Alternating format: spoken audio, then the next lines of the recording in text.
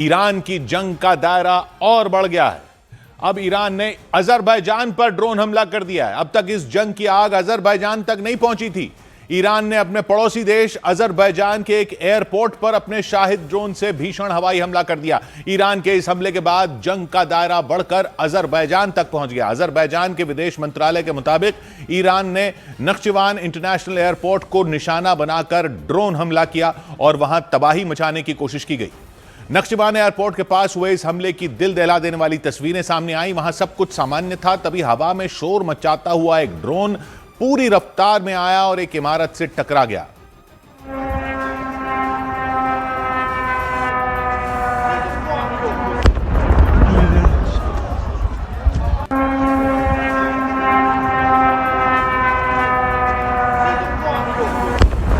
Drone के टकराते ही वहां आग लग गई, ऊंची ऊंची लपटें, काला धुआं उठना शुरू हो गया। हमले के बाद मची अफरा तफरी के दौरान लोग बुरी तरह घबराए हुए नजर आए। अजरबैजान के विदेश मंत्रालय के मुताबिक ड्रोन ने एयरपोर्ट के पैसेंजर टर्मिनल को नुकसान पहुंचाया। हमले के तुरंत बाद अजरबैजान की सेना और सुरक्षा एजेंसियां अलर्ट हो गईं।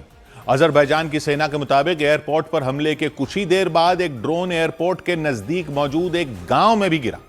उस हमले में 2 लोगों के घायल होने की खबर मिली। अजरबैजान ने इसे ईरान का सीधा हमला बताया और करारा जवाब देने की धमकी दी। अजरबैजान का नख्चिवान इलाका उसके दक्षिण पश्चिम में मौजूद है। यह इलाका है तो अजरबैजान का, लेकिन आर्मेनिया और ईरान के बीच में मौजूद है। इसकी सीमा बाकी के अजरबैजान से लगती ही नहीं है। मतलब इसे ऐसे समझ लीजिए कि अजरबैजान के 2 अलग अलग हिस्से हैं, एक पश्चिम में एक पूर्व में, और आर्मेनिया दोनों के बीच से गुजरता है और नख्चिवान अजरबैजान के पश्चिम वाले हिस्से में मौजूद है।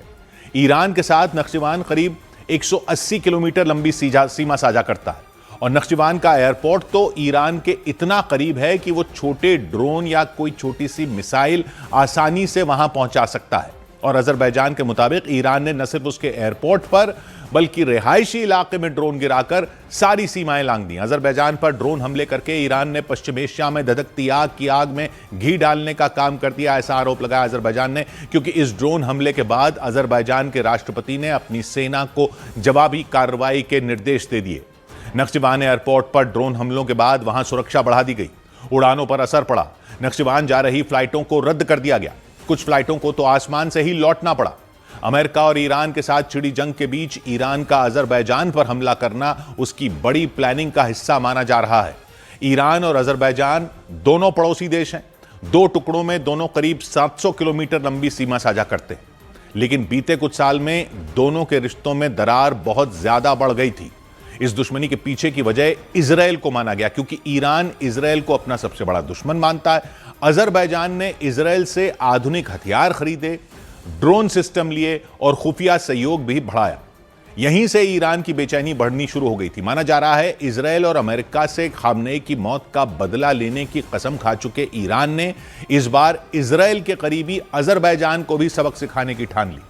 और खबरों के मुताबिक ताजा लड़ाई के दौरान उसने अजरबैजान के उस हिस्से को काट देने की प्लानिंग के तहत हमले शुरू कर दिए जो पहले से ही अजरबैजान से अलग थलग है। खबरों के मुताबिक ईरान ने अजरबैजान की उस नस को काट देने की कोशिश की जिससे उसकी सांसें थम जाएं। अजरबैजान के कैस्पियन सागर के पास बड़े बड़े तेल के भंडार मौजूद हैं। तेल के इन कुओं से निकलने वाला कच्चा तेल एक लंबी पाइपलाइन के जरिए दूसरे देशों तक भेजा जाता है। इस पाइपलाइन का नाम है बीटीसी, यानी बाकू, तिब्लिसी और चेहान। बीटीसी, इस पाइपलाइन की शुरुआत अजरबैजान के बाकू से होती है। इसके बाद यह पाइपलाइन जॉर्जिया के तिब्लिसी पहुंचती है, फिर वहां से तुर्की के चेहान बंदरगाह तक जाती। करीब 1800 किलोमीटर लंबी यह पाइपलाइन उस पूरे इलाके की सबसे अहम तेल सप्लाई लाइनों में एक मानी जाती।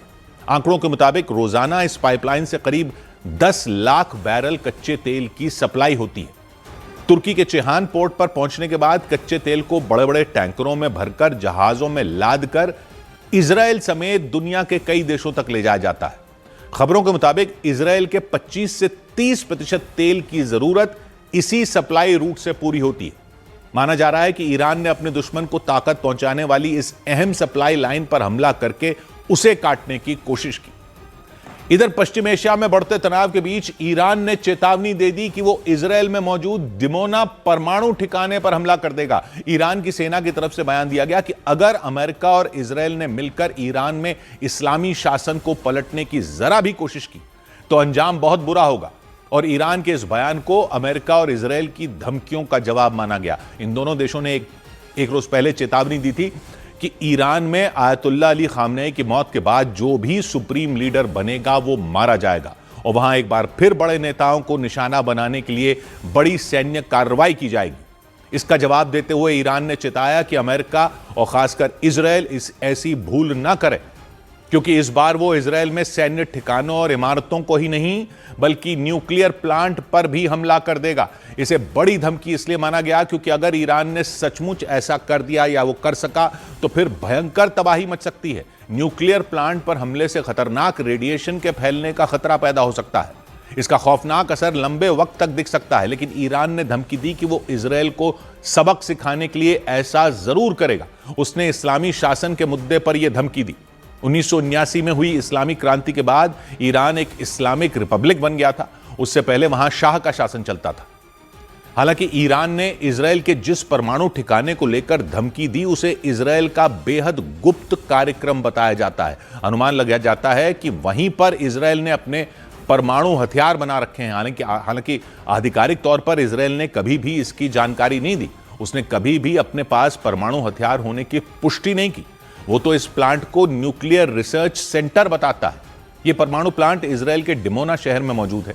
प्लांट जिस जगह पर है वो रेगिस्तानी इलाका है। तेल अवीव से इसकी दूरी करीब 140 किलोमीटर है। इसे इजरायल की सबसे सुरक्षित जगहों में एक माना जाता है। कहा जाता है कि वहां इजरायल ने सुरक्षा के लिए अपने घातक एयर डिफेंस सिस्टम भी तैनात कर रखे हैं। और ईरान की धमकी के बाद यह प्लांट पूरी दुनिया में चर्चा में आ गया, क्योंकि परमाणु प्लांट पर हमले को युद्ध से भी ज्यादा खतरनाक माना जाता है। उसको नुकसान पहुंचने से बहुत बड़ी तबाही मच सकती है, लाखों लोग मारे जा सकते हैं। यही वजह रही कि ईरान की धमकी ने पूरी दुनिया को चिंतित कर दिया। इधर ईरान की IRGC सेना ने खाड़ी देशों में मौजूद अमेरिका के सैन्य ठिकानों पर हमले करने का दावा किया। ईरान की IRGC सेना ने दावा किया कि उसने कुवैत, बहरीन और UAE में अमेरिका के सैन्य ठिकानों को बड़ा नुकसान पहुंचाया। IRGC के मुताबिक 20 अमेरिकी सैन्य ठिकानों को ड्रोन और मिसाइलों से निशाना बनाया गया। हालांकि इन हमलों में अमेरिका को कितना नुकसान पहुंचा इसकी जानकारी सामने नहीं आ सकी। UAE के फुजैरा में एक तेल भंडार में भीषण आग लग गई। खबरों के मुताबिक वहां एक ड्रोन के गिरने से तेल भंडार में आग लगी। तेल भंडार से ऊंची ऊंची लपटें और धुएं का गुबार उठता दिखाई दिया।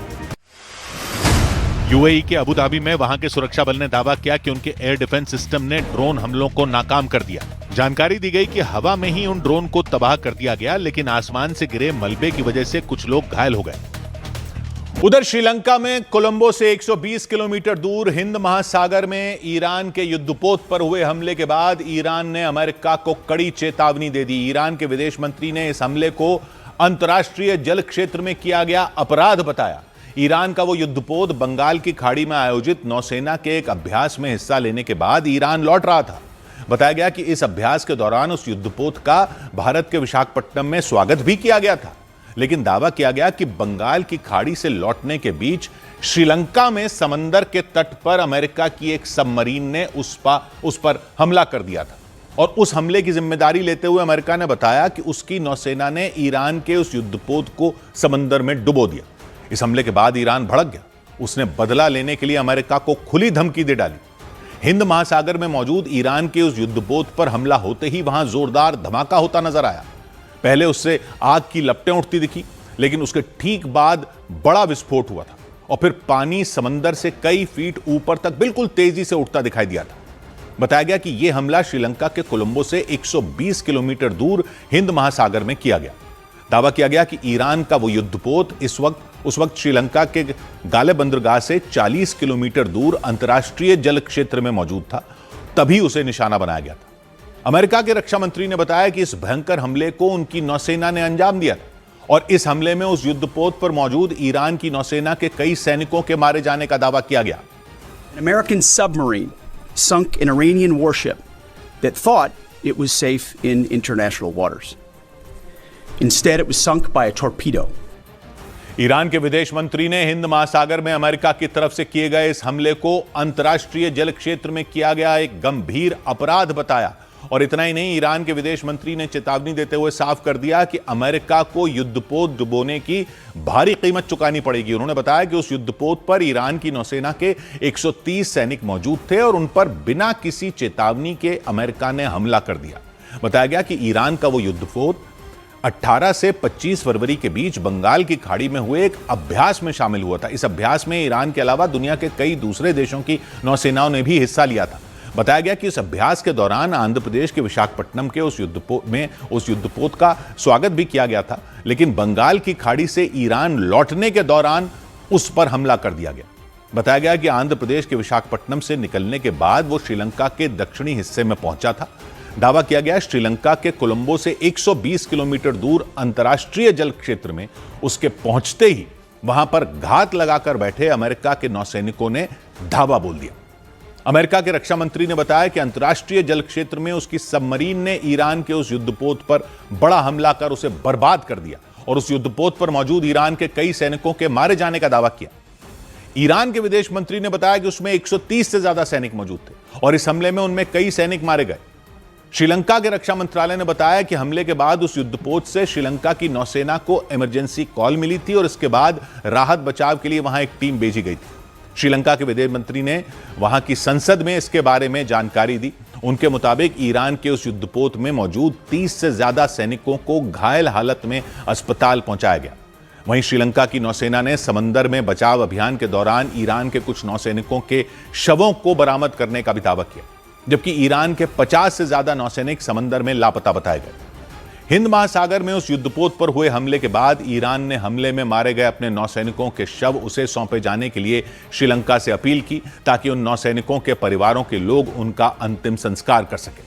और ईरान के उस युद्धपोत पर हुए हमले के बाद उसके एक दूसरे युद्धपोत ने श्रीलंका के पास इंजन में खराबी होने की जानकारी दी। दावा किया गया कि ईरान के उस दूसरे युद्धपोत ने श्रीलंका के अधिकारियों से संपर्क कर बंदरगाह पर रुकने की इजाजत मांगी, लेकिन बताया गया कि श्रीलंका की तरफ से ईरान के उस दूसरे युद्धपोत को बंदरगाह पर रुकने की अनुमति नहीं दी गई।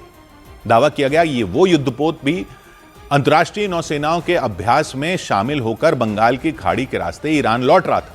उन दोनों के अलावा एक और युद्धपोत अंतर्राष्ट्रीय नौसेनाओं के अभ्यास में हिस्सा लेने पहुंचा था, यानी ईरान की नौसेना की तरफ से 3 युद्धपोत वहां पर पहुंचे थे और लौटते वक्त उनमें एक पर हिंद महासागर में अंतर्राष्ट्रीय जल क्षेत्र में हमला किया गया, जबकि दूसरे युद्धपोत ने श्रीलंका के पास इंजन में खराबी होने के बाद वहां के अधिकारियों से संपर्क किया और बंदरगाह पर रुकने के लिए मदद मांगी।